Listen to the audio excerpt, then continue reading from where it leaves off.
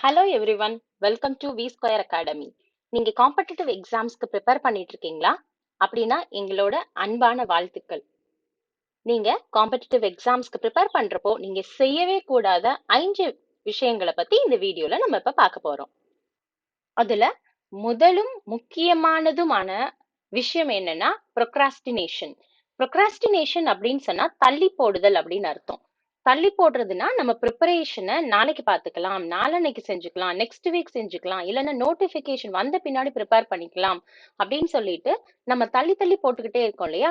அதை தான் ப்ரொக்ராஸ்டினேஷன் அப்படின்னு சொல்றோம். இது நம்ம பண்ணவே கூடாத ஃபர்ஸ்ட் விஷயம். நம்ம கிட்ட இருக்கிற ஒரு ட்ரபிள் என்ன அப்படின்னு சொன்னா, நமக்கு நிறைய டைம் இருக்கு, நம்ம ப்ரிப்பேர் பண்றதுக்கு ரொம்பவே ஸ்பேஸ் இருக்கு அப்படின்னு நினைச்சிட்டு நம்ம என்ன பண்ணுவோம்னா ஜாலியா வந்துட்டு ரொம்ப ரிலாக்ஸ்டா வந்து போயிட்டே இருப்போம். ப்ரிப்பேர் பண்ணணும் அப்படிங்கிற ஒரு விஷயம் மைண்ட்ல மட்டும்தான் இருக்கும். ஆனா அதுக்குண்டான ஸ்டெப்ஸ் எதுவுமே எடுக்க மாட்டோம். அப்படி இருக்கக்கூடாது. நம்ம என்ன பண்ணணும்னா சின்ன சின்ன ஸ்டெப்ஸ் அட்லீஸ்ட் ஒரு 15 மினிட்ஸ், ஹாஃப் அன் ஹவர் ஆவது கன்சிஸ்டன்ட்டா வந்து என்ன பண்ணிட்டே இருக்கணும்னா படிச்சுட்டே இருக்கணும், ப்ரிப்பேர் பண்ணிக்கிட்டே இருக்கணும். அப்போதான் நம்மளோட கோலை நம்ம அச்சீவ் பண்ண முடியும். நெக்ஸ்ட் நம்ம கவனிக்க வேண்டிய, தவிர்க்க வேண்டிய முக்கியமான விஷயம் என்ன அப்படின்னு சொன்னா டிஸ்ட்ராக்ஷன்ஸ். இந்த காலத்துல டிஸ்ட்ராக்ஷன்ஸா இல்ல, நமக்கு ஏகப்பட்ட டிஸ்ட்ராக்ஷன்ஸ். சோஷியல் மீடியா, அதே மாதிரி கேம், அது இதுன்னு நமக்கு வந்து என்ன இருக்குன்னா நிறைய டிஸ்ட்ராக்ஷன்ஸ் இருக்கு.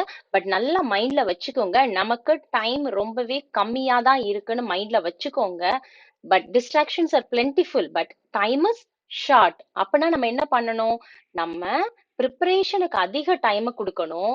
டிஸ்ட்ராக்ஷன்ஸ் இருக்கக்கூடாதுன்னு சொல்லல, நமக்கு வந்து என்டர்டைன்மெண்ட் இருக்கக்கூடாதுன்னு சொல்லல.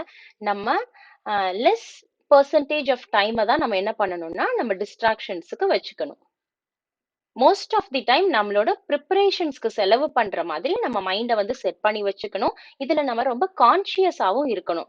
இப்போ நான் மொபைல் போன் எடுக்கிறேன் அப்படின்னு சொன்னா ஒரு 5 மினிட்ஸ் அதுக்காக நான் ஸ்பெண்ட் பண்ணுவேன். ஆஃப்டர் 5 மினிட்ஸ் நான் என்ன பண்ணுவேன்னா என்னோட ப்ரிப்பரேஷனுக்கு மறுபடி போயிடுவேன் அப்படின்னு நீங்க மைண்ட் செட் வச்சுக்கணும்.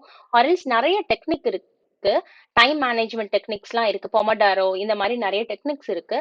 அந்த மாதிரி அந்த டெக்னிக்ஸ் யூஸ் பண்ணி கொஞ்சம் இப்போ ஒரு 1 hour இருக்குன்னா ஃபர்ஸ்ட் 25 மினிட்ஸ் நான் வந்து படிப்பேன், 5 minutes I take for relaxation. அப்புறம் திரும்ப 25 மினிட்ஸ் படிப்பேன், திரும்ப வந்து 5 மினிட்ஸ் ஆர் 10 மினிட்ஸ் நான் ரெஸ்ட் எடுத்துக்குவேன். இந்த மாதிரி உங்களோட டைம் ஸ்லாட்டை வந்து நீங்க ஃபிக்ஸ் பண்ணிட்டு அண்ட் தென் நீங்க ப்ரிப்பேர் பண்ணீங்கன்னா நீங்க டிஸ்ட்ராக்ஷன்ஸை வந்து நீங்க மினிமைஸ் பண்ணலாம். நம்ம தவிர்க்க வேண்டிய தேர்ட் விஷயம் என்னன்னா ஓவர்லோடிங். நம்ம நிறைய இன்ஃபர்மேஷன்ஸ் கேதர் பண்றது, நிறைய ஸ்டடி மெட்டீரியல்ஸ் கேதர் பண்றதுலாம் தப்பு கிடையாது. பட் அதை கேதர் பண்ற சாக்குல நமக்கு என்ன தேவை, நம்மளோட ப்ரியாரிட்டி என்ன அப்படிங்கறத வந்து நம்ம யோசிக்காம ஆர்எல்ஸ் அப்படியே தவற விட்டுறது வந்து ரொம்ப தப்பு. நான் வந்து ஸ்டடி மெட்டீரியல்ஸ் கேதர் பண்றேன்னு சொல்லிட்டு எக்கச்சக்கமான மெட்டீரியல்ஸை கலெக்ட் பண்றதுலயே நம்மளோட மோஸ்ட் ஆஃப் தி டைம் நம்ம செலவிட்டுற கூடாது. நம்ம வர்த்தான யூஸ்ஃபுல்லான ஒரு 2 3 மெட்டீரியல் இருக்கணும். ஆர்எல்ஸ் ஒரு 2 3 ஸ்டாண்டர்ட் புக்ஸை வந்து நம்ம கலெக்ட் பண்ணி வச்சுட்டு அதை கம்பேர் பண்ணி நம்ம என்ன பண்ணிட்டே இருக்கணும், படிச்சுக்கிட்டே இருக்கணும்.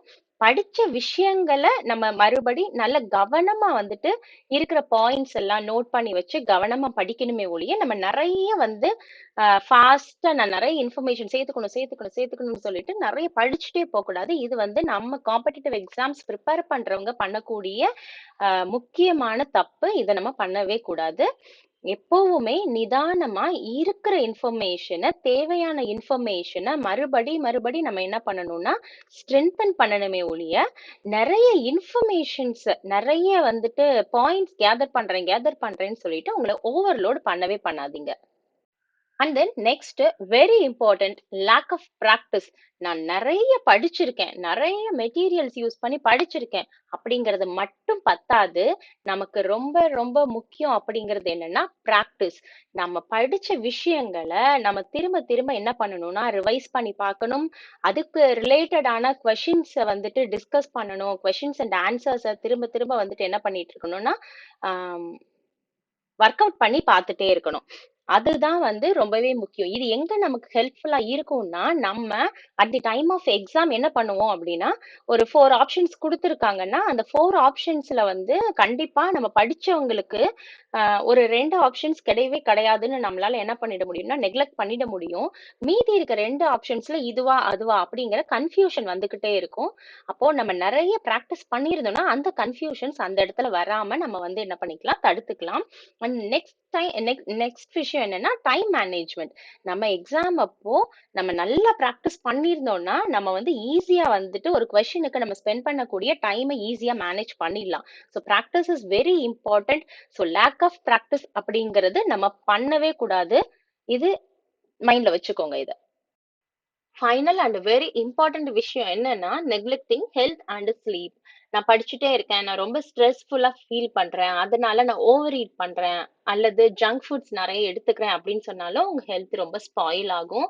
And also neglecting sleep.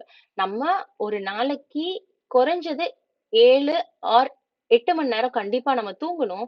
அப்படி தூங்கலைன்னா நம்ம பாடிக்கு உண்டான எனர்ஜி வந்து கண்டிப்பா வந்துட்டு சஃபிஷியண்டா கிடைக்காது.